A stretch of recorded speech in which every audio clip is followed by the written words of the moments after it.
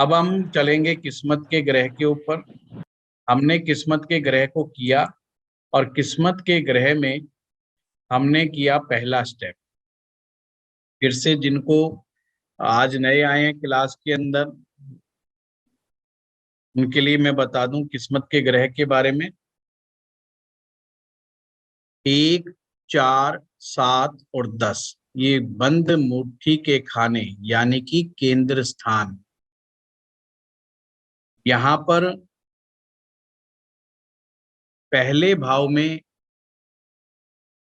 सूर्य जो कि उच्च का माना जाता है, चौथे भाव में गुरु उच्च का माना जाता है, सातवें भाव में शनि उच्च का माना जाता है और 10वें भाव में मंगल उच्च का माना जाता है। कुछ लोगों को पहले स्टेप पर ही अपनी किस्मत का ग्रह मिल जाता है।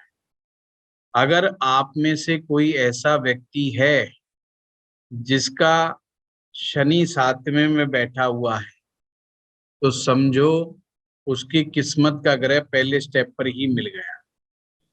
अगर गुरु चौथे में बैठा हुआ है तो पहले स्टेप पर ही गुरु मिल गया।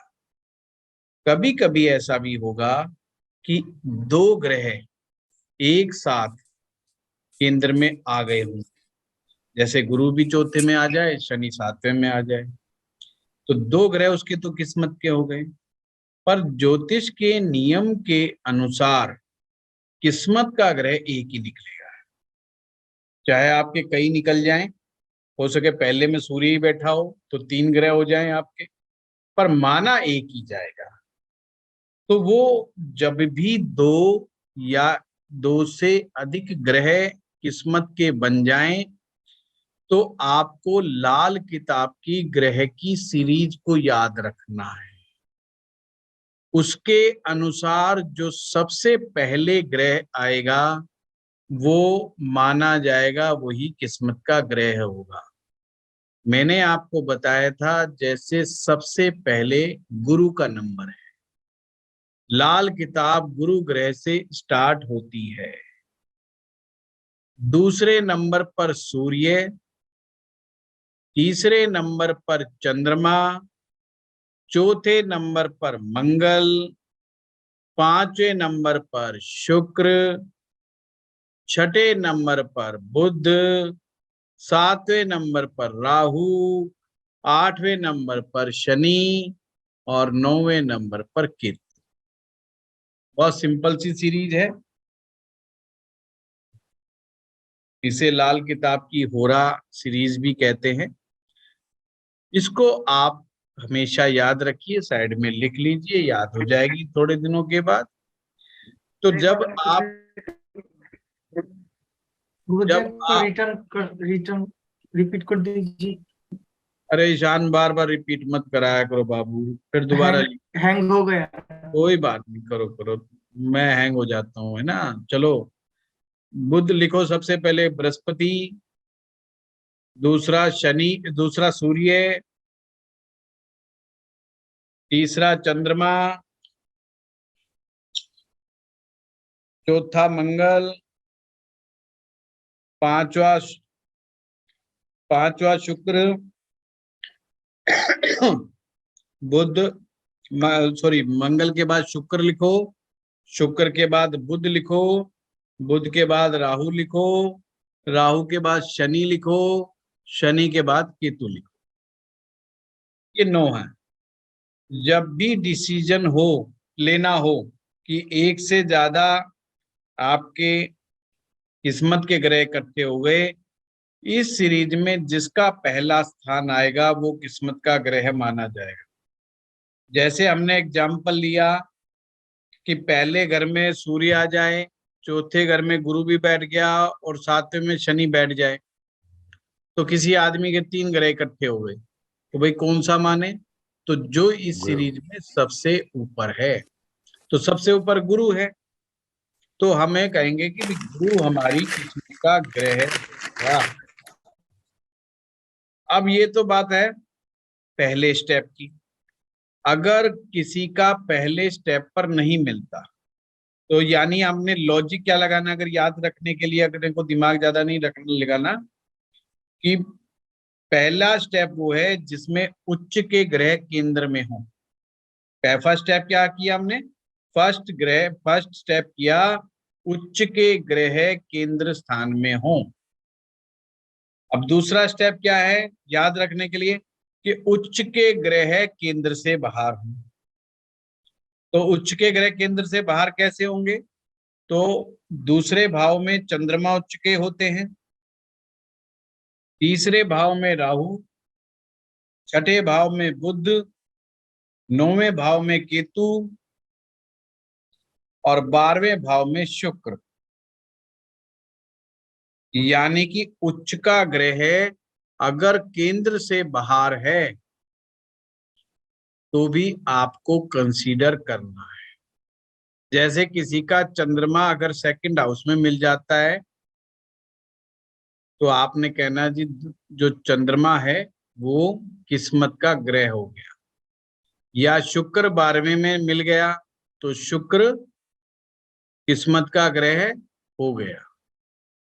अगर दूसरे स्टेप पर भी नहीं मिले तो हमें राशियों के ग्रह याद रखने। जैसे कि हमारी जन्म कुंडली, लाल किताब जन्म कुंडली मेष राशि से चल रही है, यानी काल पुरुष की कुंडली से चल रही है, तो मैं ये जो राशियां 12 की 12 लिख लूं। अब उसमें मेष राशि का मंगल,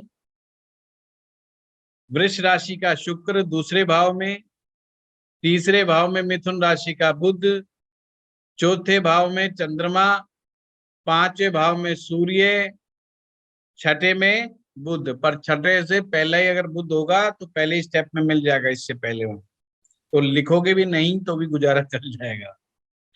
सातवें में फिर से शुक्र, आठवें में मंगल, नौवें में गुरु, 10वें में शनि, 11वें में शनि, 12वें में फिर गुरु। राशियों के स्वामी लिख देने बस पूरी कुंडली के अंदर, उनमें से आपको किस्मत का ग्रह मिल जाएगा। अब यहाँ पर जो स्टेप है, यहाँ पर हो सकता है एक से ज्यादा किस्मत के ग्रह मिले। यहाँ पर अक्सर लोगों के साथ ही होता है, एक से ज्यादा मिल जाते हैं यहाँ, क्योंकि वह स्वराशि का होना पॉसिबल है।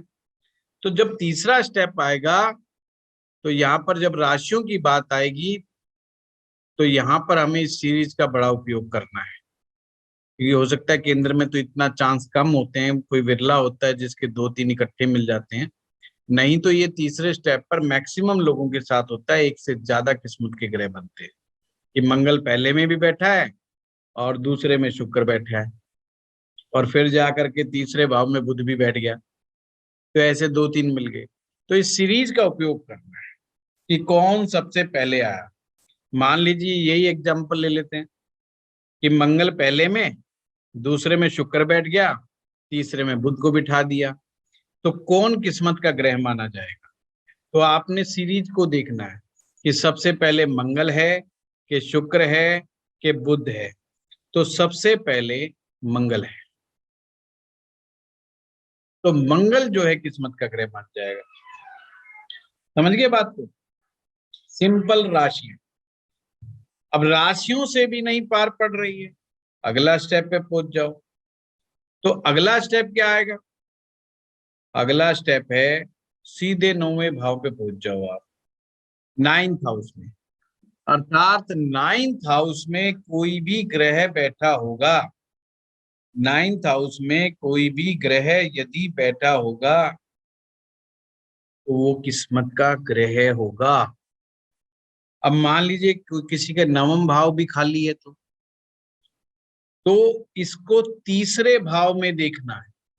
अब अपोजिट अपोजिट चलते रहे, जैसे 9वें में कोई नहीं बैठा तो तीसरे में पहुंच जाना, और तीसरा भी खाली मिल जाए तो 11वें में पहुंच जाना, और 11वां भी अगर खाली हो तो 5वें में आ जाना, और 5वां भी खाली हो तो दूसरे में चले जाना, दूसरे भाव में, और दूसरा भी खाली हो। हाँ संजीव। गुरुजी 9 में राहु हो तो वो भी किस्मत का ग्रह बन जाएगा। हाँ बिल्कुल, बना देंगे। टांगे खींचे। बताएंगे, इसके विषय में भी बताएंगे। तो कहाँ तक थे? दूसरे पे। और दूसरे में भी ना मिले तो छठे में, और छठे में भी ना मिले तो सीधा बांध जाना 12वें में। अब 12वें में भी ना मिले तो पहुंच जाना 8वें में। अभी दो चीज दिखाता है कि भाई तुम बड़े कैसा भाग्य लेके आए हो कि जो है तुम्हारा लास्ट मोड़ के ऊपर 8वें में है, कि सीधा शमशान भूमि में ही भाग्य खुल रहा है, उससे पहले मामला ही नहीं है।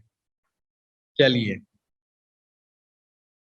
इससे एक चीज स्पष्ट हुई कि परमात्मा बहुत दयालु है, परमेश्वर बहुत दयालु है। उसने कोई भाव छोड़ा ही नहीं, कोई ग्रह छोड़ा ही नहीं। यानी कि हर इंसान की जिंदगी में एक किस्मत का ग्रह दे करके भेजा है कि इंसान चाहे तो अपने भाग्य में सुधार पैदा कर सकता है इस विद्या के माध्यम से। मैंने ये बड़ी बात कही है, इस विद्या के माध्यम से अपने भाग्य को सुधार सकता है। अब जैसी भाग्य की बात आती है, लोगों की आंखों में चमक आ जाती है। उनको लगता है लॉटरी लग जाएगी, सट्टा लग जाएगा, कोई शेयर मार्केट में उछाल आ जाएगा, अपन करोड़पति अरबपति बन जाएंगे। और हमेशा ध्यान रखना, ज्योतिष के सारे नियम आपके पास्ट लाइफ के कर्मों के नियमों के अधीन हैं। फिर से समझना, ज्योतिष के सारे नियम आपके पास्ट लाइफ के कर्मों के साथ सामंजस्य बना करके ही रिजल्ट देते हैं। इसलिए लाल किताब बहुत ज्यादा जोर देती है कि आप पास्ट लाइफ के नेगेटिव कर्मास को सबसे पहले ठीक करें, इससे आपको अच्छे परिणाम प्राप्त होंगे। अब ये जो हमारा ग्रह है किस्मत का, इसको बड़ा संभाल के रखना हो। जैसे हम अपने जीवन की सबसे कीमती चीज को संभाल के रखते हैं, इसको पैम्पर करना है, इसको ताकत देना है, इसके स्वभाव के अनुसार कर्म करना है। अगर सब मनुष्य के पास एक किस्मत का ग्रह साथ में है तो लोग इतने हैरान परेशान उदास क्यों? लोग इतने दुखी क्यों?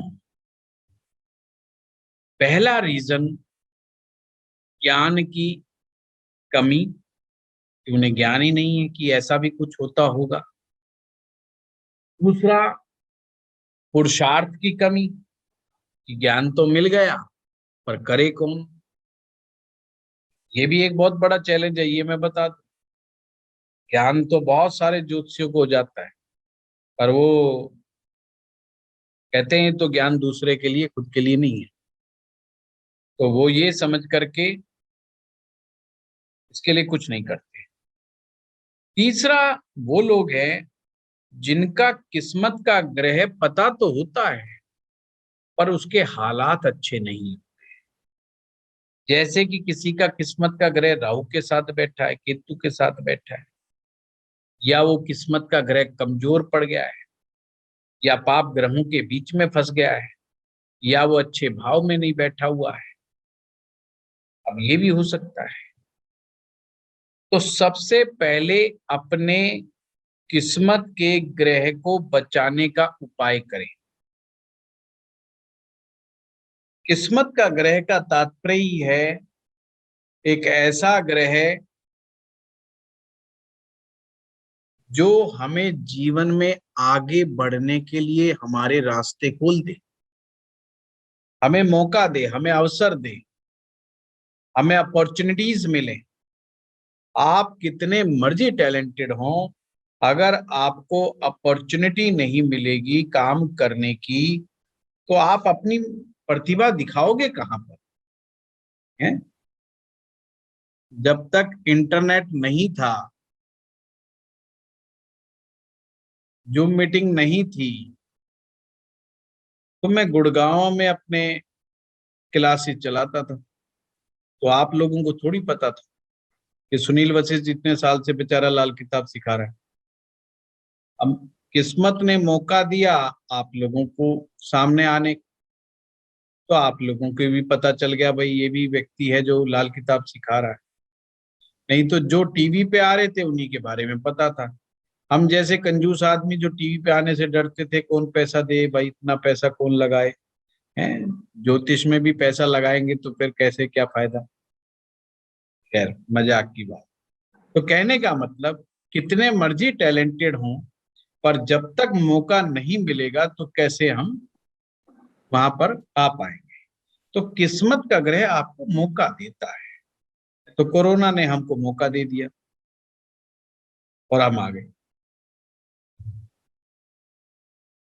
तो सबसे पहले क्या करना है आपने, फाइंड आउट करना अपना किस्मत का ग्रह, उसका ढंग से अध्ययन करना। सारा काम छोड़ करके उस ग्रह के ऊपर लग जाओ, सही सही डायग्नोज करो और देखो कहीं ये टक्कर तो नहीं खा रहा, ये ग्रह कहीं टक्कर तो नहीं खा रहा, ये किसी पाप ग्रह के साथ तो नहीं फंसा पड़ा, ये किसी प्रकार से कोई कमजोर तो नहीं हो रहा, और साथ में इसके मित्र ग्रह से इनको मदद मिल रही है कि नहीं मिल रही।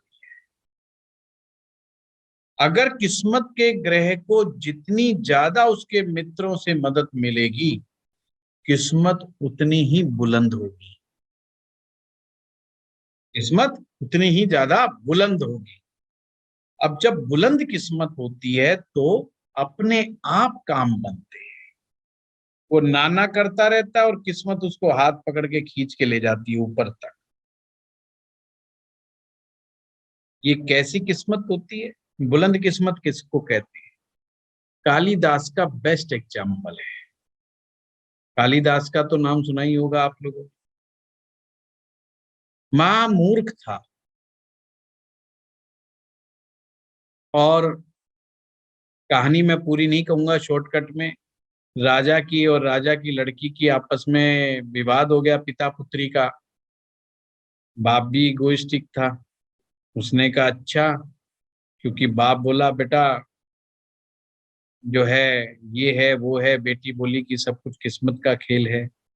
मैं कहा अच्छा चलो इसको महामूर्ख से इसकी शादी कर देते हैं। तो उसने अपने बंदों को कहा कि भाई एक ऐसा आदमी ढूंढो राज्य में जो निखद महामूर्ख आदमी।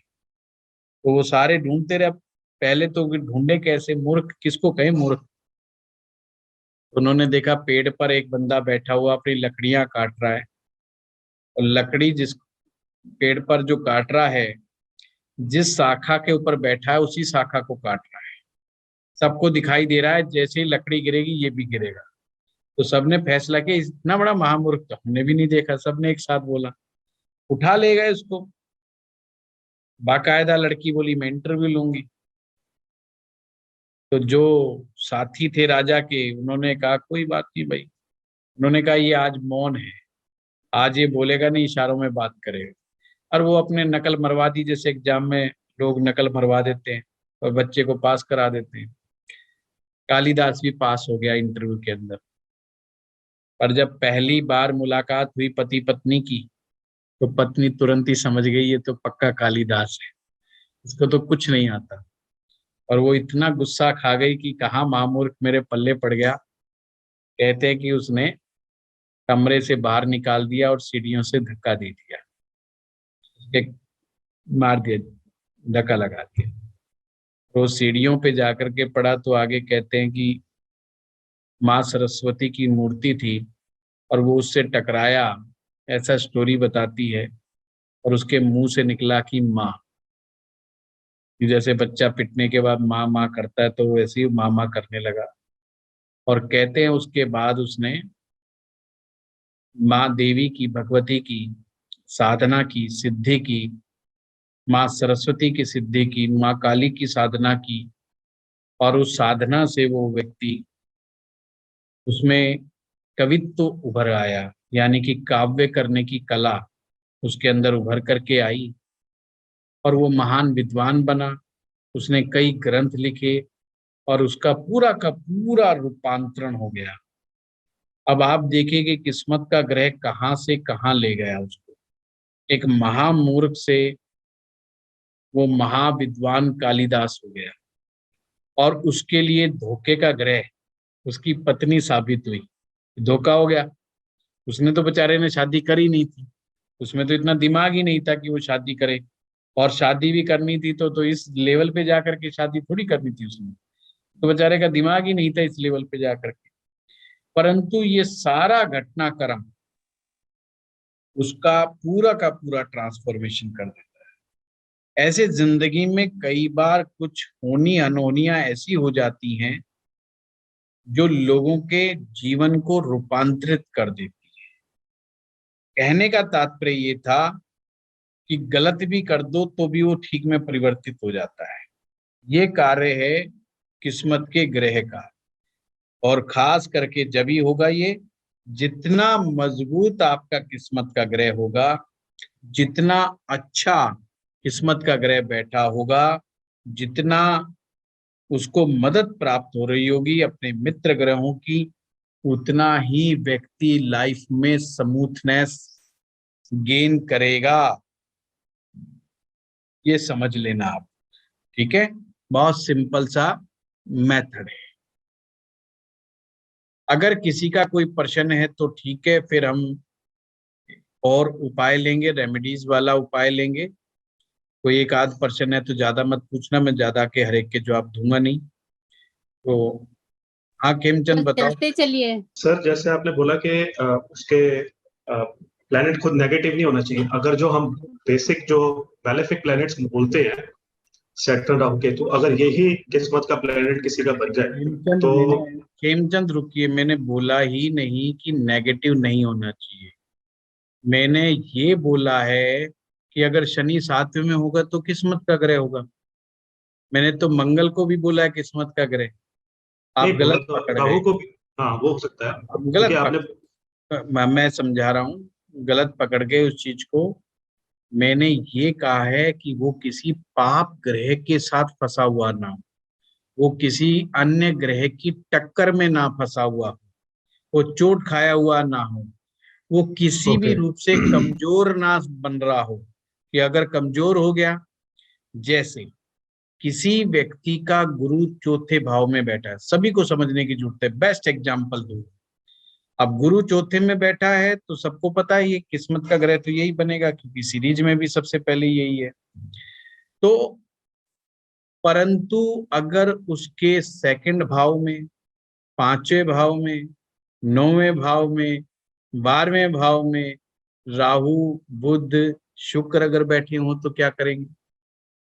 अगर उस कुंडली में चंद्र और राहु बैठे हों, या सूर्य और राहु बैठे हों, या चंद्र केतु बैठे हों, तो गुरु वाला चैप्टर याद करो, मैंने क्या कहा?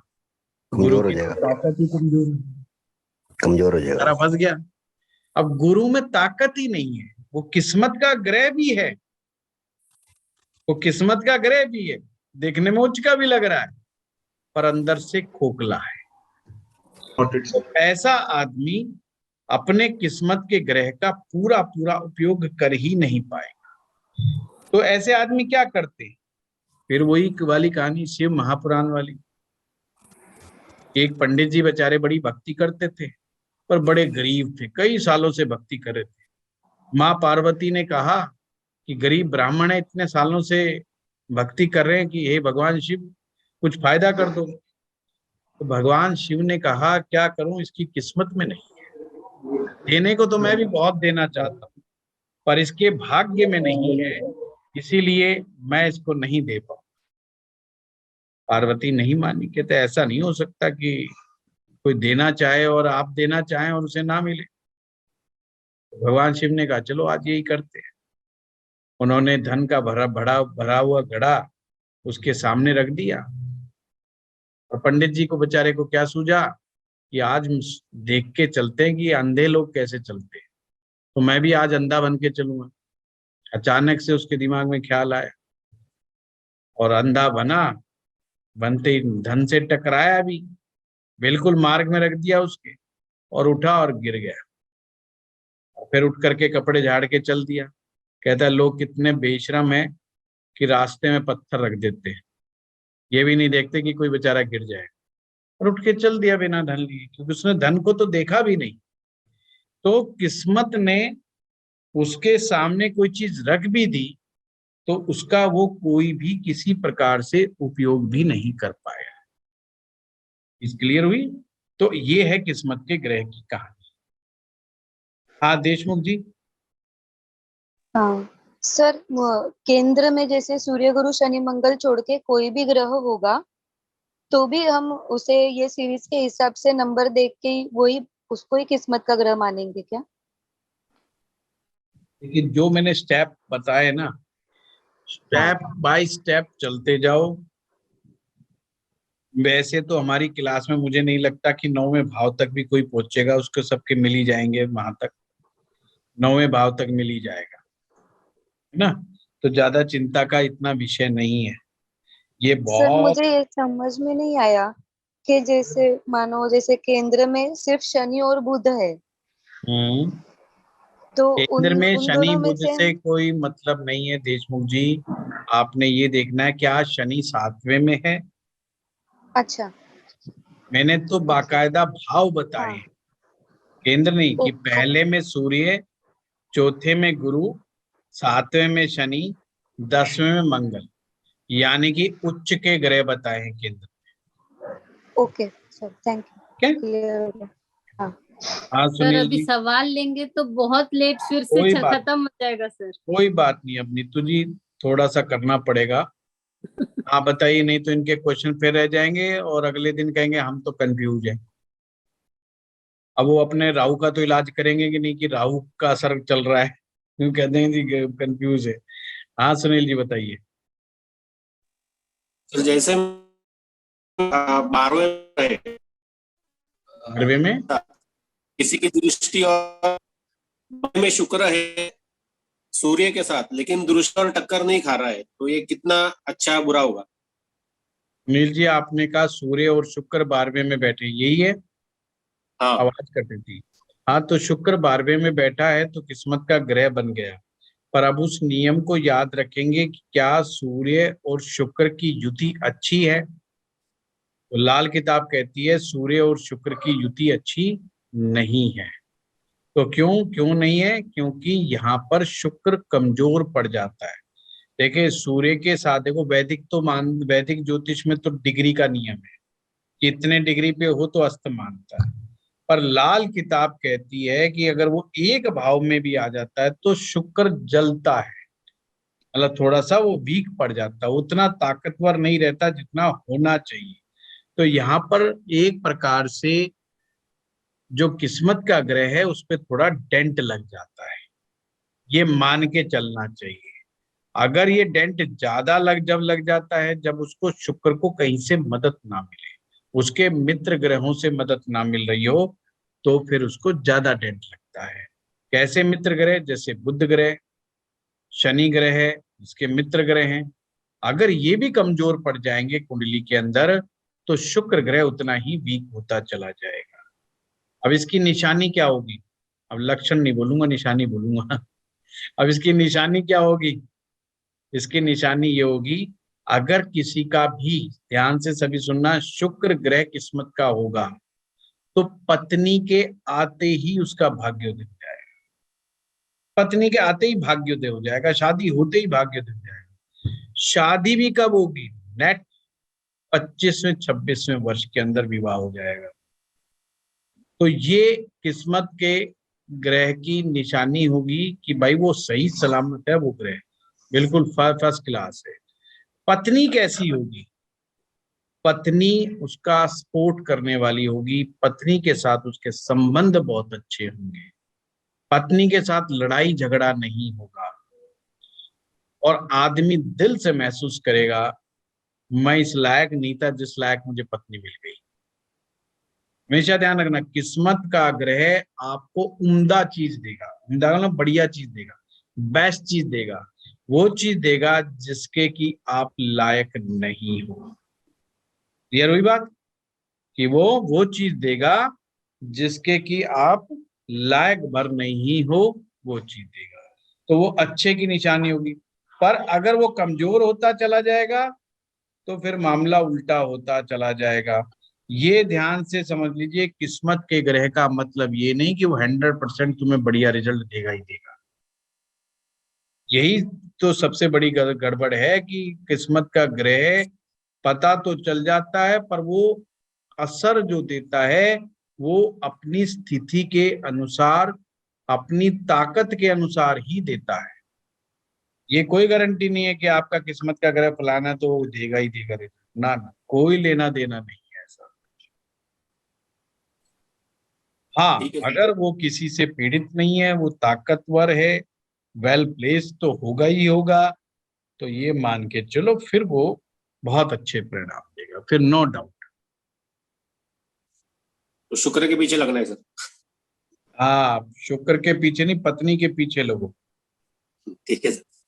ठीक है, तो वही आपका शुक्र है ना, तो ज्यादा बढ़िया रहेगा।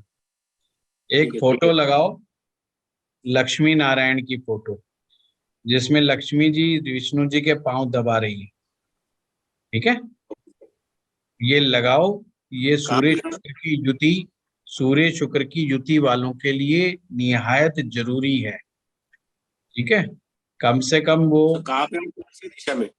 वहीं लगा लो जहां आपका मन करे, घर में जहाँ पे व्यवस्था हो वहीं पे उसी दीवार पे लगा, बेडरूम में भी लगा सकते हैं, कहीं लगा लो जहां पर भी व्यवस्था हो। या पूजा के देखो, स्थान। मैं इसलिए नहीं बताऊंगा कि कहाँ लगाओ, जहां बढ़िया मन करे वहां लगा लो, क्योंकि हर आदमी पूछेगा फिर कहेगा जी मैंने पूर्व में लगा ली, कहेगा पश्चिम में लगा ली। जहां लगा ली कोई दिक्कत नहीं, उसके वास्तु से कोई दिक्कत नहीं है। ये तस्वीर बहुत अच्छी तस्वीर है और सूर्य शुक्र की युति वालों के लिए तो बहुत ही बेहतरीन जो है स्थिति बनाती है। बाकी तो लक्ष्मी जी की पूजा करो, लक्ष्मी मंत्रों का जाप करो, और पत्नी को जो है प्रत्येक शुक्रवार को गिफ्ट दो और खुश रखो उसे। वो गालियां जरूर देगी पर कोई बात नहीं, सहन करो उसको, उससे लड़ाई नहीं करना, उससे झगड़ा नहीं करना है, बस यही बात है। तो यही किस्मत का ग्रह एक दिन ऐसा आएगा, वही तुमको आशीर्वाद देगी, और उसका जिस दिन आशीर्वाद मिल जाएगा उसी दिन किस्मत चमकना शुरू कर देगी, और जिस दिन किस्मत चमकना शुरू कर देगी फिर पीछे मुड़ करके नहीं देगी। एक चीज ध्यान रखना, औरत जिसके लिए दुआओं में आशीर्वाद मांग ले, जिस मर्द के लिए, वो मर्द कभी निर्भाग नहीं रहता, वो मर्द कभी निर्भाग नहीं रहता, उसका भाग्य सदा चमकता है। ठीक है, तो ये चीज है। धन्यवाद गुरु जी, थैंक यू। हाँ, चलिए आज हम और टॉपिक लेते हैं। इंदु जी ने जो टॉपिक भेजे उनमें से कोई एक करते हैं, और हम हेल्थ का लें कि धन का लें, किसका लें? गुरु जी, सर हेल्थ का ले लीजिए आज। हेलो। चलो। जी जी जी, हाँ, नहीं, वर्षफल के लिए एक अलग से क्लास लेंगे, पूरी गुरु जी, क्लास लेंगे। गुरु जी, हाँ भरत जी, गुरु जी, बुध की नाली लेना है। बुध की नाली को भी आराम से कराएंगे जब हम बुध ग्रह कराएंगे। हाँ, वही गुरु जी, एक किस्मत के ग्रह पर एक कंफ्यूजन है थोड़ा सा। अभी क्या हुआ है? अरे भाई, बच्चे भी रो पड़े। तो सर इसी में सभी ग्रहों का आप करा देते कि उनका क्या क्या करना पड़ेगा, यदि उनकी किस्मत का ग्रह क्या निकला और उसके हिसाब। हाँ जी सर, ये सही भरत जी, रहेगा। मैं बुध का ग्रह कराऊंगा तो बुध के ग्रह में मैं बुध की नाली को लूंगा। तो अभी तो हमारा क्वेश्चन है, कल रह रहा है, तो उसके लिए अभी मैं नहीं बुध की नाली को पकड़ूंगा, क्योंकि वो समझ में ही नहीं आएगा। ठीक है ना? गुरुजी किस्मत के ग्रह पर एक इम्पोर्टेंट क्वेश्चन है, अगर आप आप लेना बताइए। चाहें तो। हाँ हाँ मनमोहन। सर एक जी प्रणाम सर। सर एक कुंडली है जिसमें सूर्य उच्च का है, बृहस्पति उच्च का है और चंद्रमा उच्च का है, लेकिन ठीक है। तीनों को डेंट लगा हुआ है, सूर्य को शनि से, गुरु को राहु से और चंद्रमा को शुक्र से। तो ऐसे में सीक्वेंस वाइज अगर हम देखेंगे तो गुरु को लेंगे। देखिए मनमोहन जी, देखिए मनमोहन जी, नहीं नहीं, पहले चीज मैं बता दूं, आपने ये अगला स्टेप है कि डेंट लगा कि नहीं लगा। पहले आपने एक ग्रह उठाना है, सिर्फ एक ग्रह। यहाँ पर हमारी मर्जी नहीं चलेगी कि हम अपनी मर्जी से ग्रह को बना लें, इसको, उससे कोई लाभ नहीं। जो केस आपने बताया है उस केस में 100% गुरु ही किस्मत का ग्रह बनेगा। अब गुरु को डेंट लगा हुआ है, तो डेंट लगने का मतलब ही यही है कि उसको अपनी किस्मत का पूरा लाभ नहीं मिला है। जी प्रैक्टिकली है, इसको हम बोलते हैं कि गुरु जो है अंदर से खोखला है, बाहर से बहुत मजबूत है पर अंदर से वो खोखला है। तो उसको हमने भरना पड़े। भरने का मतलब यहाँ पर है उसको, गुरु को मजबूत बनाना पड़ेगा। अब जो है गुरु वाला मेरा वीडियो सुनिएगा कि गुरु के अंदर कितनी पवित्रता की रिक्वायरमेंट है, किस तरह के उपायों की रिक्वायरमेंट है। कुल मिलाकर के बृहस्पति शुद्धि मांगता है, ध्यान से समझना। बृहस्पति की पहली डिमांड शुद्धता है, प्योरिटी, अंदर से भी बाहर से भी। जब भी किसी व्यक्ति की कुंडली में बृहस्पति कमजोर होता है या किसी भी रूप से डेंट खा जाता है, उसके अंदर धन की लोलुपता बढ़ जाती है और वो धन के पीछे बहुत दौड़ने लगता है। परंतु जितना धन के पीछे दौड़ता है उतनी हेल्थ खराब होती है। ये निशानी है बृहस्पति की खराबी की। और ही और शी नोज वेरी वेल कि ये इसलिए हो रहा है कि मैं एक्स्ट्रा धन कमाने के चक्कर में लगा पड़ा हूं। अगर मैं रिलैक्स हो जाऊं तो मेरे कमाने लायक बहुत है, परंतु फिर भी उसकी जिज्ञासा पूरी नहीं होती और उसके चक्कर में वो लगा रहता है। ये बृहस्पति की खराबियों की फिर निशानियों के अंदर तहत आने लग जाता है। अगर जितना, और उसका एक ही तरीका है ट्रांसफॉर्मेशन। ट्रांसफॉर्मेशन कैसे आएगी मैंने आप लोगों को बता ही रखा है। अच्छे धर्म ग्रंथ पढ़े, ठीक करके पढ़े, और एक ही चीज कहे, मैंने ईमानदार बनना है, नफा हो या नुकसान मुझे ईमानदार बनना है। और वो इसका अभ्यास लंबे समय तक करते हैं, बृहस्पति के मित्र ग्रहों की मदद लेते हैं, तो ऑटोमेटिक उनका बृहस्पति ठीक होने लग जाएगा।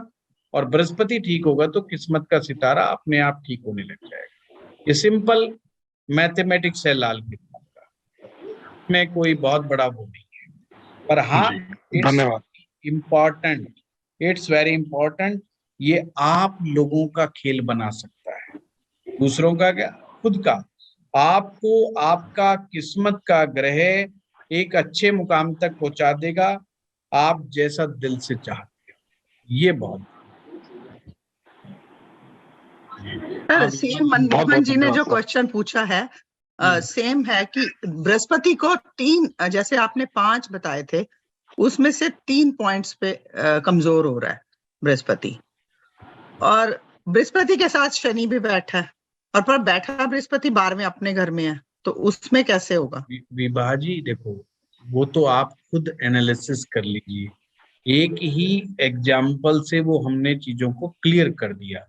अब आप उसको किसी ग्रह के साथ बिठा दो। मेरा सिंपल कंसेप्ट ये है कि अगर आपका किस्मत का ग्रह किसी ऐसे ग्रह के साथ बैठा है जिसको वो लाइक नहीं करता है या वो टक्कर खा गया है, तो हमने इतना मानना है कि वो कमजोर पड़ा है, वो काम नहीं करेगा जितना उसको करना चाहिए। अब उसको काम लेने के लिए हमें जो पहले उसको परेशान करने वाले ग्रह हैं उनको कमजोर करो, जो उसको ताकत देने वाले हैं उसको ताकत उठाओ। और ताकत देने का वो वही तरीका है कि मंत्र जाप है, रतन धारण है, जो जो विधियां बेस्ट से बेस्ट हो सकती हैं हमारे ज्योतिष के सूत्रों के अनुसार, वो अप्लाई करो। और 3 से 6 महीने तक उस ग्रह को पैम्पर करके देखो, आपको क्या परिणाम मिले हैं उसको नोट करके देखो, तो आपको रियलाइज होगा कि जब तक मैंने अपने किस्मत के ग्रह को सही नहीं किया था, जब क्या हालात थे, आज हमने जो किस्मत के ग्रह को 6 महीने से पीछे 6 महीने तक उपाय करे हैं, तो इससे क्या हालात बदले हैं। एक अच्छे एस्ट्रोलॉजर को ऑब्जर्वेशंस बहुत उसकी स्ट्रांग होनी चाहिए। अगर वो ऑब्जर्व नहीं करेगा चीजों को तो फिर वो पकड़ भी नहीं पाएगा। तो अपने ऊपर ट्राई कीजिए, और इससे बढ़िया चीज क्या होगी कि अपने ऊपर ट्राई कर रहे हो वो भी किस्मत के ग्रह को लेकर के। It's a best. सर इसमें सबसे एक कंफ्यूजन इस सारे कोर्स में यही रहता है कि जब हम किसी चीज का दान करते हैं तो हम उसको वीक कर रहे हैं कि हम उसको स्ट्रेंथ दे रहे हैं उस ग्रह को। पहली बात तो अगर विभाजी कंफ्यूजन आता है तो राहु का उपाय करें, पहला जरूरी है, क्योंकि अपना ही राहु का उपाय करें, क्योंकि कंफ्यूजन इतना नहीं होना चाहिए। मैंने इसके विषय में कई बार बताया भी है। दान 2 प्रकार का होता है, सकाम और निष्काम। सकाम काम जो होता है उसके अंदर नियमों को बहुत ज्यादा देखा जाता है और निष्काम के अंदर नहीं देखा जाता। सकाम का मतलब जो हम इच्छा पूर्ति के लिए कोई दान दे रहे हैं, ग्रह शांति के लिए दान दे रहे हैं, वो सकाम है। अब वहां रूल्स एंड रेगुलेशन फॉलो होंगे। अब प्रश्न है कि क्या वो ग्रह कमजोर होगा? जी हाँ, दान देने से ग्रह कमजोर होगा, आत्मा बलवान होगी। उल्टा है, समझना, दान देने से ग्रह कमजोर होगा, आत्मा बलवान होगी। इसलिए लाल किताब का नियम है कि अपने उच्च ग्रहों का दान नहीं करना है या अच्छे ग्रहों का दान नहीं करना। अब हर एक के पास तो उच्च ग्रह नहीं बैठा, अपने अच्छे ग्रहों का भी दान नहीं करना है, नीच ग्रहों का दान लेना नहीं है। अगर कोई ग्रह आपका नीच का है तो उसका हमें दान को एक्सेप्ट नहीं करना है। सिंपल सा इतना नियम है। तो दान देने से ग्रह कमजोर होता है, पर अगर आपने ग्रह को देख करके नहीं किया, जैसे किसी गरीब आदमी को, जरूरतमंद को आपने गेहूं की पूरी बोरी दान कर दी 100 किलो की, और आपकी कोई इच्छा नहीं है कि मैंने सूर्य को ठीक करना है कि नहीं करना, मेरा सूर्य कहाँ बैठा है कहाँ नहीं बैठा है। सूर्य को 1% भी कमजोरी सूर्य में नहीं, क्योंकि वो दान आपका निष्काम था, आपने मदद के लिए किसी के लिए किया था। तो आप ये समझना अंतर को, निष्काम दान, गिफ्ट, ये इस कैटेगरी में नहीं आते कि जिससे ग्रह कमजोर हो जाए। इसलिए दान देने का 45 दिन का नियम बना दिया लाल किताब में कि दान दे करके अगर 5-7 दिन दान दोगे तो ग्रह में कोई कमजोरी किसी प्रकार की कुछ नहीं आती। तो 45 दिन लगातार करोगे तो ग्रह में कमजोरी आएगी, वो भी स्पेसिफिक माइंडसेट के साथ कि मुझे इस ग्रह की ताकत को कमजोर करना है। इसीलिए जब हेल्थ खराब होती है तो दान का महत्व सबसे ज्यादा होता है, ताकि पाप ग्रहों का असर उसके ऊपर से कम हो जाए। और अक्सर दान क्या किया जाता है? वो ग्रह का दान करवाया जाता है जो ग्रह हमारी हेल्थ को बिगाड़ रहा है या हमारे कार्य को बिगाड़ रहा है, उन्हीं ग्रहों का दान करवाया जाता है। सिंपल। क्या? ठीक है सर, थैंक यू। चलिए। मीन्स पापी और क्रूएल ग्रह का हम दान करें सर? पापी और क्रूएल से याद नहीं रखना, पहले डायग्नोज करना है कि कौन सा ग्रह हमें परेशान कर रहा है। हो सके बृहस्पति कर रहा हो, जरूरी थोड़ी है। अब किसी को जॉन्डिस हो गया, अब जॉन्डिस की प्रॉब्लम तो गुरु ग्रह की प्रॉब्लम है, लीवर की प्रॉब्लम है, ये लीवर का संबंध गुरु से है और गुरु उसका खराब चल रहा है, वर्षफल में खराब चल रहा है, उसको लीवर में गड़बड़ आ गई है, तो आपको तो गुरु की चीजों का दान करना पड़ेगा, गुरु को कमजोर करना पड़ेगा। गुरु को फिर वो जल प्रवाह भी करनी पड़ सकती है चीजें। तो अकॉर्डिंग टू सिचुएशन है, लाल किताब में अकॉर्डिंग टू सिचुएशन है। इसीलिए मैं क्लास में कहता हूं कि आप अपनी कुंडली देख रहे होते हैं और मुझसे आप रेमेडी पूछ रहे होते हैं, इसमें सबसे ज्यादा गलती होने के चांस है, क्योंकि मैंने कुंडली तो एनालिसिस की नहीं। और कई बार तो लोग कहता है जी फलाना ग्रह यहाँ बैठा हुआ है, जब मैं कहूंगा ये बात ऐसे, वो कहेंगे नहीं नहीं नहीं ये बात ऐसे नहीं, ऐसे कैसे नहीं है, फिर पूछो हाँ जी फलाना ग्रह भी बैठा हुआ है। अरे तो तूने पहले क्यों नहीं बताया? अब जो आप साथ वाले ग्रह को नहीं बता रहे हो तो बाकी ग्रहों को तो बताने का मतलब ही नहीं। इक्वेशनली वो क्या कमजोर है कि ताकतवर है, मैं बैठा बैठा नहीं जान पाऊंगा। वहां पे आपके साथ गड़बड़ होने के पूरे पूरे चांस हो जाएंगे।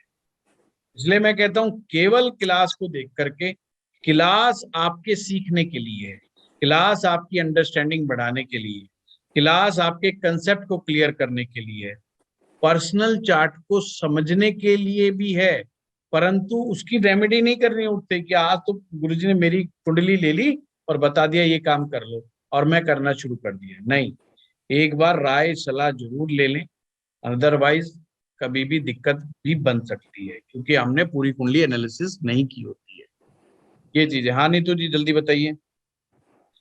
सर मेरा कोई सवाल नहीं था, यही बोलना था कि सभी किस्मत के ग्रहों का एक एक बार बोल देते हैं, सभी का। नहीं क्या बोलूं मैं, वही तो समझ में नहीं आ रहा कि आप हर एक जैसे की आपने कंडीशन अलग अलग होगी, हर शनि एक का की बता अलग दिया, अलग। हाँ हर गुरु एक का की अलग बता अलग दिया। होगी। मैं हाँ तो तो वही सिंपल बता है देना कि सर बुध निकल चमकाने, गया तो ये क्या कहना चाह करना रहे हैं है, किस्मत के चंद्रमा ग्रह को निकल गया चमकाने तो का। क्या करना है। आज चमकाने का राहुल मैंने इलाज बताया ना। अब मुझे थोड़ी पता है सूर्य किस्मत का ग्रह, उसके साथ शनि बैठा है। अब शनि सर निशानियां बता दीजिए, जैसे आपने शुक्र की बताई। हाँ तो शुक्र की उन्होंने बताया। ऐसा है, ये पति पत्नी का मामला होता है भाई, ये बचाना पहले बहुत जरूरी होता है, बाकी तो सुलटे जाएंगे। चलिए, अब प्रश्न उठता है कि हेल्थ का अगर खराब हो तो क्या नियम है, लाल किताब में क्या चीजें बताई गई हैं हमें। सबसे पहले तो हमें ये देखना है कि हेल्थ खराब क्यों है, किस ग्रह की वजह से हेल्थ खराब होती है। हेल्थ खराबी के पीछे कोई भी ग्रह जिम्मेवार हो सकता है। पहली बात तो आपने बात दिमाग में बिठा लेंगे, 9 के 9 ग्रहों में से कोई भी ग्रह आपकी हेल्थ खराबी का बहुत बड़ा कारण बन सकता है। दूसरा नियम, जो ग्रह नीच राशि में बैठा होगा, जो ग्रह नीच राशि में बैठा होगा वो ग्रह हेल्थ खराब करेगा। ये मैं बता रहा हूं चांस किसके हैं हेल्थ खराब करने के। तीसरा नियम, जो ग्रह कुंडली के 6ठे भाव में, 8वें भाव में, 12वें भाव में बैठा होगा उसके चांस है कि वो हेल्थ खराब करेगा। चौथा नियम, जो ग्रह टक्कर खा रहा होगा अच्छे ढंग से,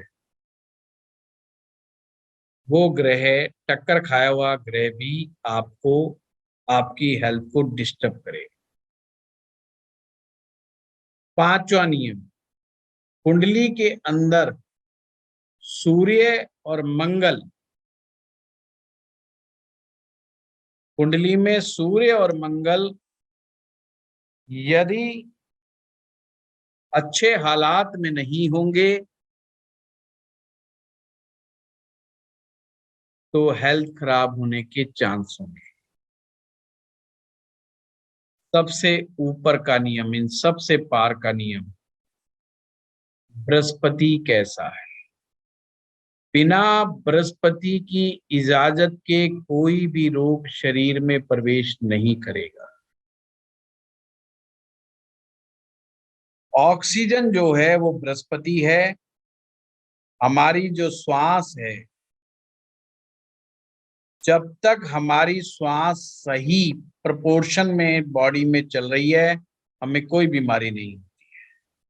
जब हमारी श्वास पूरी नहीं जाती अंदर तक, गहराई तक हमारी गहरी सांसें नहीं होती हैं, उथले उथले हम सांस लेते हैं, छोटे छोटे सांस जो लेते हैं, छोटा छोटा सांस लेना ये बीमारी का लक्षण है और एक प्रकार की बृहस्पति की खराबी है।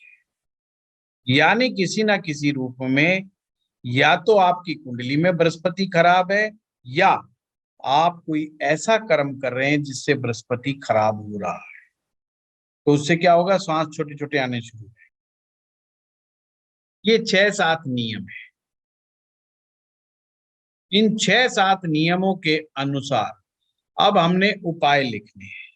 अब उपाय सिंपल वही है, वो रिपीट है, पर लाल किताब के कुछ नियम है। 2-3 ही नियम है हेल्थ संबंधी, बाकी तो जो ग्रह आपको प्रॉब्लम देगा उसी का समाधान करना है। सबसे पहले, जैसे ही कोई व्यक्ति बीमार हो, एक पीला पेठा यानी कि पीला कद्दू जो बड़ा है ना, सब्जी बनती है जिसकी, पीले रंग का, वो हरे रंग का भी आता है सब्जी तो उसकी भी बन जाती है, पर आपने पीला जो पका हुआ होता है, पका हुआ पीले रंग का कद्दू, उसको मंदिर या गुरुद्वारे यानी कि धर्म स्थान में बीमार व्यक्ति के निर्णय नाम से दिया है। ये पहला रूल है। कोई भी तबीयत खराब हो, कोई बीमारी हो, उसके नाम का कद्दू जो है मंदिर में दान करवाए। दूसरा, सिक्के, रात को सिरहाने में सिक्का रख करके सोएं,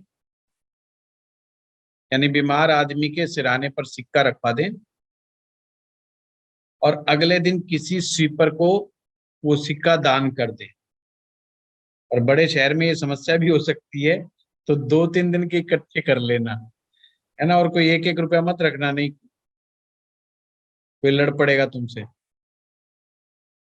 सर ये 43 डेज करना है कि कैसे? नहीं, बीमारी के लिए कर रहे हैं हम। ये सारे उपाय बीमारी के पर्पस है। अब बीमारी हो 3 दिन हो, 5 दिन हो, जितने दिन हो बस उतने दिन ही करना है, ज्यादा नहीं करना।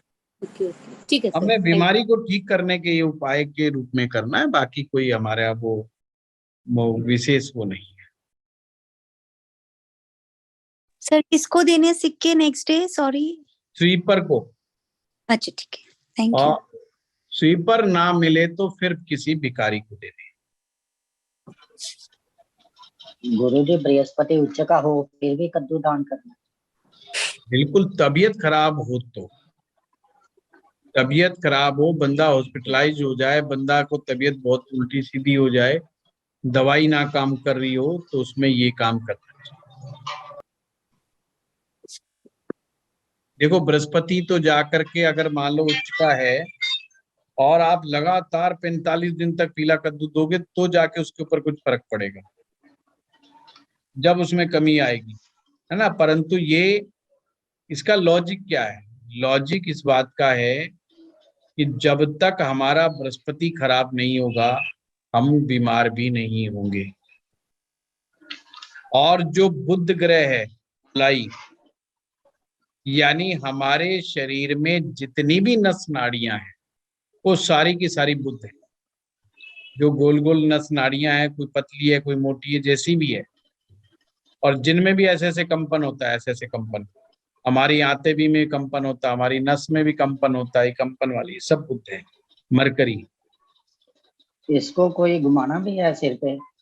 नहीं, कुछ नहीं घुमाना।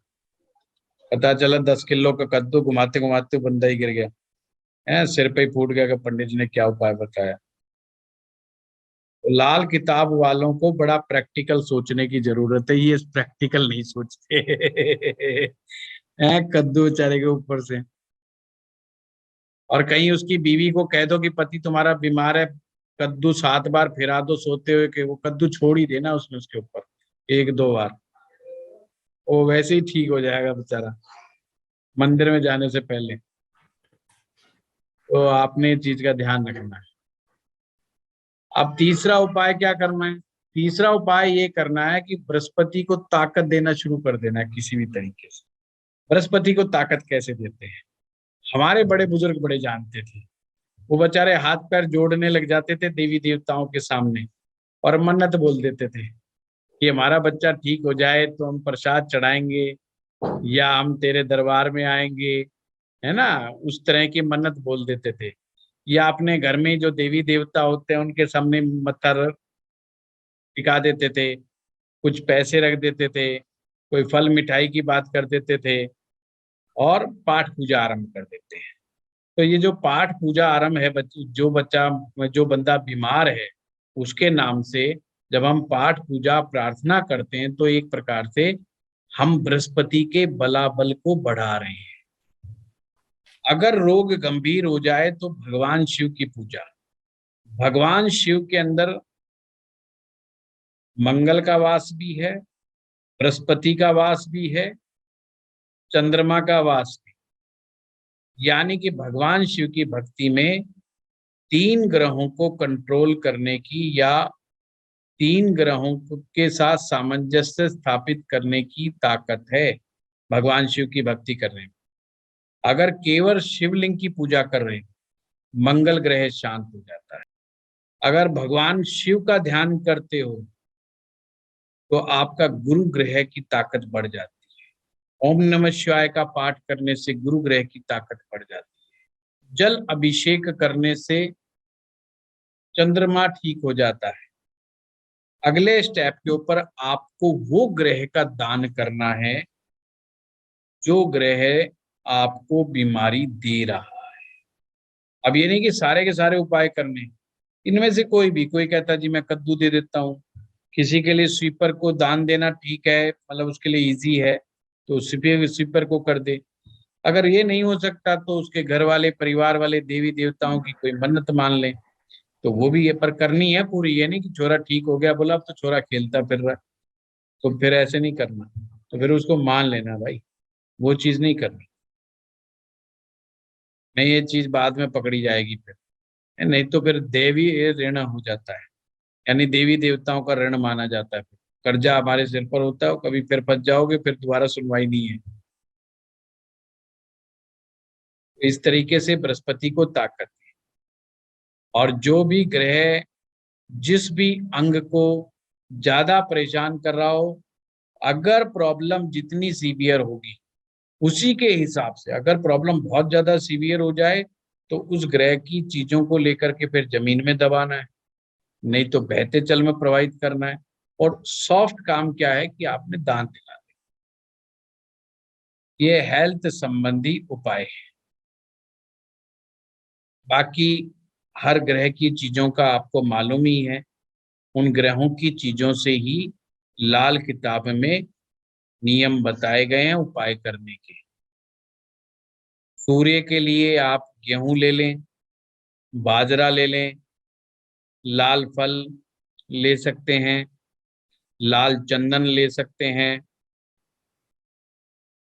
चंद्रमा के लिए आप चांदी है, चावल है, दूध है, मिश्री है, मोती है, बांस है, ये सब चंद्रमा की चीजें हैं। जल है, कोई लिक्विड है, ये सब चंद्रमा है। जूस है, ये भी चंद्रमा। मंगल के लिए लाल मसूर की दाल, गुड़, शहद, छुआरे, खजूर, गाजर, लाल मिठाई, लाल कपड़ा, तांबे का बर्तन, ये सब मंगल की चीज है।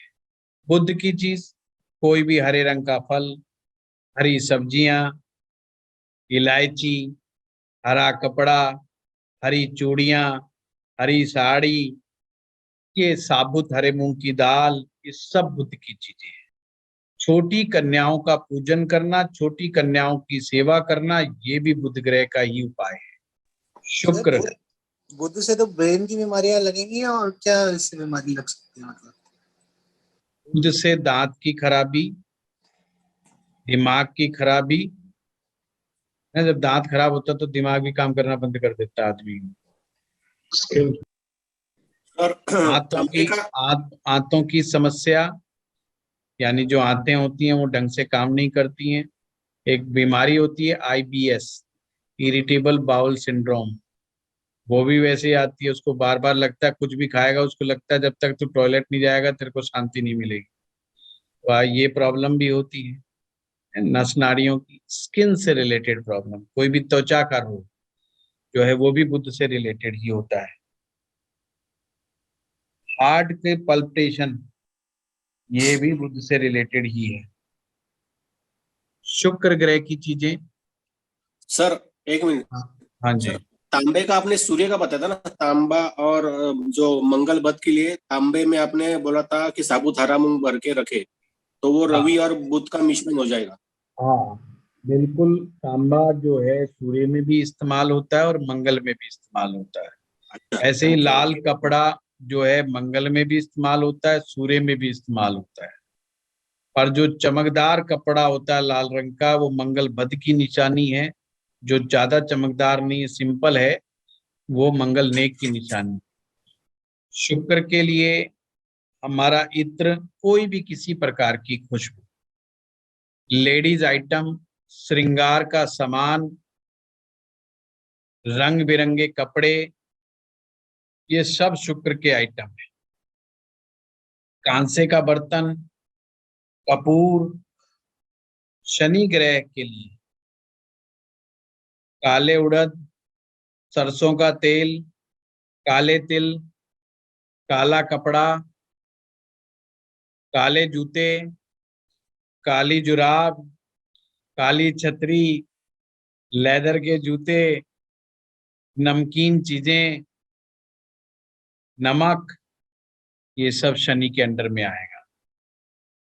इसी तरीके से आप हर ग्रह के उपाय पूरी लाल किताब के दौरान, उससे पूछने की जरूरत नहीं, यही चीजें इस्तेमाल हो। अब राहु के लिए है जैसे नारियल, पानी वाला जो नारियल होता है, जौ, रांगा, ये सारी चीज राहु की चीज है। केतु में सतनाजा, 2 रंग का कंबल, 2 रंग का पत्थर, इसका केतु से संबंध। पीतल की घंटी, इसका केतु से संबंध है। यानी कि ये जो चीजें मैं बता रहा हूं आप लोगों को, और भी बहुत सी चीजें हैं, इन्हीं चीजों में से लेकर के या तो उसे दान किया जाएगा, या जल प्रवाह किया जाएगा, या जमीन में दबाया जाएगा। तो जो आपको नियम बताए हैं उन नियमों के अनुसार फॉलो करते रहना, बस सिंपल सी बात है। हेल्थ संबंधी लाल किताब में गुरु रह गया। हाँ जी। हाँ, नोट कीजिए। पीला फल, पीली मिठाई, पीली चने की दाल, केसर, साबुत हल्दी की गांठ, ये सब चीजें बृहस्पति की चीज है। अच्छा, एक कहावत कही जाती है कि सबसे जल्दी गुरु प्रसन्न होता है। सब ग्रहों में से सबसे जल्दी गुरु प्रसन्न होता है। अगर गुरु जी को 2 मोतीचूर के लड्डू सिर्फ खिला दो तो गुरु जी उसी से प्रसन्न हो जाते हैं। ये मजाक नहीं, ये सत्य बात है। अगर गुरु ग्रह खराब हो रहा हो तो भाई 2 लड्डू अपने जो पड़ोस में मंदिर हो वहां के पुजारी जी को पांव छू करके बड़े आशीर्वाद के साथ, उसका मजाक नहीं करना कि मैं लाल किताब जानता हूँ और फिर देख तेरी तो क्या हैसियत है, ले खा लड्डू आज, ऐसे नहीं करना। तो बड़ी इज्जत के साथ उसको बड़े पांव छू करके आशीर्वाद के साथ 2 लड्डू कि पंडित जी मेरी इच्छा है, आप इसको प्रसाद के रूप में लीजिए, ऐसा बड़ा सम्मान पूर्वक। क्योंकि ब्राह्मण जो मंदिर में पूजा कर रहा है वो बृहस्पति का रूप है। तो आप गुरु को नहीं तो अपने पुजारी जी को वहां पर लड्डू दे करके आए। लड्डू ना हो पर ये केसर वाले लड्डू हो तो बहुत ही बढ़िया, नहीं तो कोई भी पीले रंग की मिठाई बढ़िया वाली जो है पंडित जी को दे करके आओ वीरवार के दिन, तो ज्यादा बढ़िया है। बृहस्पति ज्यादा खराब हो रहा है तो लगातार दो, थोड़ा बदल बदल के देना, कहीं पंडित जी डाउट करने लग जाए कि ये कुछ गड़बड़ करेगा मेरे साथ, है तो बदल बदल के देना थोड़ा। कभी केले भी दे दो, कभी कुछ और दे दो, है तो थोड़ा थोड़ा चेंजेस ले करके आते रहो, नहीं तो पंडित जी शक करेंगे कि चक्कर क्या छोरा मुझे ही पहुंचाएगा कहीं का कहीं। कहने का मेरा तात्पर्य है, बृहस्पति मात्र 3 दिन से 7 दिन के अंदर ठीक हो सकता है। मतलब हम 45 दिन बेशक बता दें, पर बृहस्पति का नेगेटिव असर 3 दिन से 7 दिन, और 24 घंटे में भी ठीक हो सकता है। आप कितना ज्यादा हृदय से झुक सकते हो, कितना ज्यादा हृदय से झुक सकते हो, जितना झुक जाओगे, जितना विनम्र बन जाओगे, हर विद्वान आदमी के पांव छूने लग जाओ, उसको सम्मान देने लग जाओ, आपको बहुत जल्दी गुरु ग्रह का नेगेटिव इम्पैक्ट खत्म हो जाएगा। तो गुरु ग्रह सबसे जल्दी मान जाता है। ये ना मानने वाले कौन है? 3 ग्रह ना मानने वाले। नंबर 1 पे शनि, घुटने रगड़वा देगा तुम्हारे उपाय करवा करवा करके। जब तो ये शनि जब परेशान होते हैं, जो लोग कहते हैं हमने सारे ज्योतिषी बदल लिए, हमने सारे ज्योतिषियों को दिखा लिया, कोई फायदा नहीं हुआ। अरे बावले, तू फायदे की बात कर रहे हैं, जूते पड़ रहे हैं तेरे, पहले जूते पड़ने रोक दे, वही बहुत है।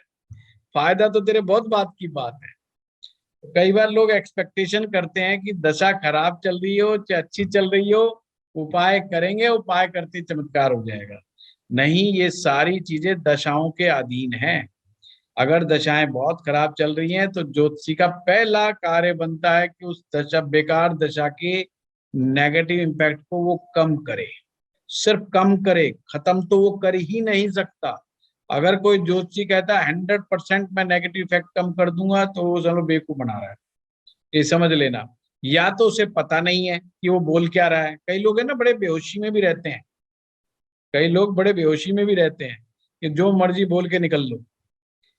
या तो उनको पता नहीं है, और या बस वो बावला बना रहा है। दोनों में से एक काम तो पक्का कर रहा है, क्योंकि 100% किसी ग्रह के नेगेटिव इम्पैक्ट को नहीं कम किया जा सकता। जैसे मैंने आपको बताया, उपाय भी आपके पूर्व जन्मों के कर्मों के अधीन है। कई बार किसी के जीवन में बड़ी अच्छी अच्छी दशाएं होती हैं, उनको अच्छे रिजल्ट नहीं मिल रहे होते हैं, हम भी सोच में पड़े होते हैं, भाई ये पता नहीं क्या हो रहा है, इसको हो क्यों नहीं रहा है। और वो पास्ट कर्मा जो है वो बीच बीच में अड़ रहा है, उसको डायग्नोज करना भी मुश्किल हो जाता है, प्रॉब्लम को डायग्नोज करना मुश्किल हो जाता है। कई बार बंदा परेशान चल रहा होता है, हमें लग रहा होता है दशा बहुत अच्छी है, तो वो भी होता है। तो कर्मों का बहुत बड़ा चक्कर है हमारे ज्योतिष के अंदर। तो जहाँ पे ये बड़ी कॉम्प्लिकेशंस है कर्मों की, वहां पर कभी किसी प्रकार का दावा नहीं करना चाहिए, हिसाब ये हो जाएगा वो हो जाएगा, ऐसा कुछ नहीं। रेमेडीज के माध्यम से, मेरे पास जितने भी लोग मैच मेकिंग कराने आते हैं ना, तो कई बार उन्हें रिश्ता पसंद होता है, कहते हैं ऐसा है पंडित जी कोई उपाय बता देना। अरे मैं कहा बावड़े रुक, भाग कर रहा, रुक जा तू। मैंने कहा ऐसे कैसे भाई, उपाय करने से क्या होगा? अगर मैं कह रहा हूं ये शादी ठीक नहीं है, तो तेरे हाथ में मौका है, मत कर, कम से कम मुझे तो मत कहिए तू, कम से कम। कहता है जी उपाय करने से ठीक हो जाएगा। अरे भाई नहीं ठीक होता पूरी तरीके से, प्रॉब्लम रही जाती है, इस चीज को हम समझते हैं। उपाय तो करना मजबूरी है। अगर कोई पति पत्नी बन गया, अब हम उपाय कराएंगे क्योंकि हमने घर गृहस्थी को चलवाना है उनको, तो उपाय तो फिर उपाय हैं, उपाय असर करते हैं, नो डाउट। मैं ये नहीं कहता कि उपाय असर नहीं करते, रिलीफ मिलता है उन लोगों को, लड़ाई झगड़े बंद होते हैं, ये हमने काफी अनुभव किया है, काफी देखा है हमने। पर प्रेम संबंध बहुत अच्छा बन जाएगा, इस बात की कोई गारंटी नहीं। यानी वो दोनों साथ साथ रह करके अपना जीवन तो गुजार देंगे, पर प्रेम संबंध बहुत अच्छे बन जाएंगे, इस बात की कोई गारंटी नहीं।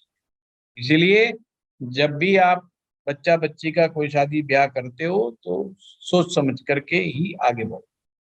ठीक है, आप लोगों का बहुत बहुत धन्यवाद। मिलते हैं व्हाट्सएप। सवाल एक सवाल था छोटा सा। हाँ बताइए सर, अभी आपने जैसे किस्मत का ग्रह बताया, माफी चाहता हूँ पढ़ने की, 9th ग्रह में काल पुरुष में शुक्र ग्रह आ गया उसका जी, तो शुक्र बन जाएगा कैलाश जी। शुक्र तो सर बिल्कुल ठीक है, आपने कहा शुक्र तो वैसे आप बताया 9th में अच्छा नहीं होता, पर वैसे वो मार्ग ग्रह भी है, उसको कैसे? कैलाश जी, पहली बात तो अगर किसी स्टेप पर हमारा किस्मत का ग्रह नहीं मिलता और हम 9वें स्टेप तक, मतलब 9th हाउस तक पहुंच गए और वहां जी मिल गए हमें शुक्र, हाँ जी, हाँ तो जी, सबसे पहले नियम के अनुसार हमें मानना है कि हमारी किस्मत का ग्रह शुक्र ही है। हाँ जी, हाँ जी, पर अब प्रॉब्लम ये है कि शुक्र 9वें में अच्छा नहीं होता, जी, हाँ जी, तो पर वो क्या करेगा, वो गुरु को डेंट मार रहा है।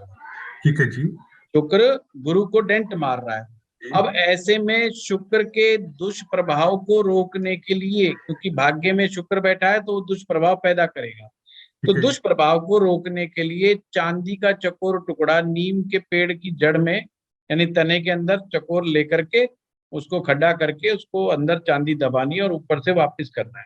पहला काम तो हमने ये करना है यहाँ पर, ताकि उसका जो दिक्कत दे रहा है वो बृहस्पति को प्रॉब्लम में डाल रहा है। क्योंकि मैंने आपको जब बताया था कि हर आदमी का किस्मत का ग्रह बृहस्पति होता ही होता है, और शुक्र यहाँ पर बृहस्पति को डेंट मार रहा है। जी, क्योंकि आपको सूत्र याद है ना, राहु बुध शुक्र हाँ जी, हाँ जी, 2 5 9 11 12, हाँ जी, तो हाँ जी, बृहस्पति को डेंट मारते, तो यहाँ बृहस्पति बेचारा कमजोर पड़ता है। ठीक है जी, बृहस्पति की कमजोरियां परेशान करती हैं। ऐसे में ये उपाय करने के बाद हमें वही उपाय करना था जो मैंने वो भैया का उनका बताया था सूर्य शुक्र वाले का, कि भाई पत्नी की सेवा करो। शुक्र ग्रह के लिए आप बढ़िया से बढ़िया इत्र का इस्तेमाल करो, कपड़े बढ़िया से बढ़िया पहनो, पत्नी का कहा मानो, उसकी सलाह जरूर मानो, उसको भी कुछ ना कुछ गिफ्ट दिलाते रहो और लक्ष्मी माँ के मंत्रों का जाप करते रहो, तो वही किस्मत का ग्रह हमारे लिए फायदा देना शुरू कर देगा। धन्यवाद सर, धन्यवाद जी सर, थैंक यू।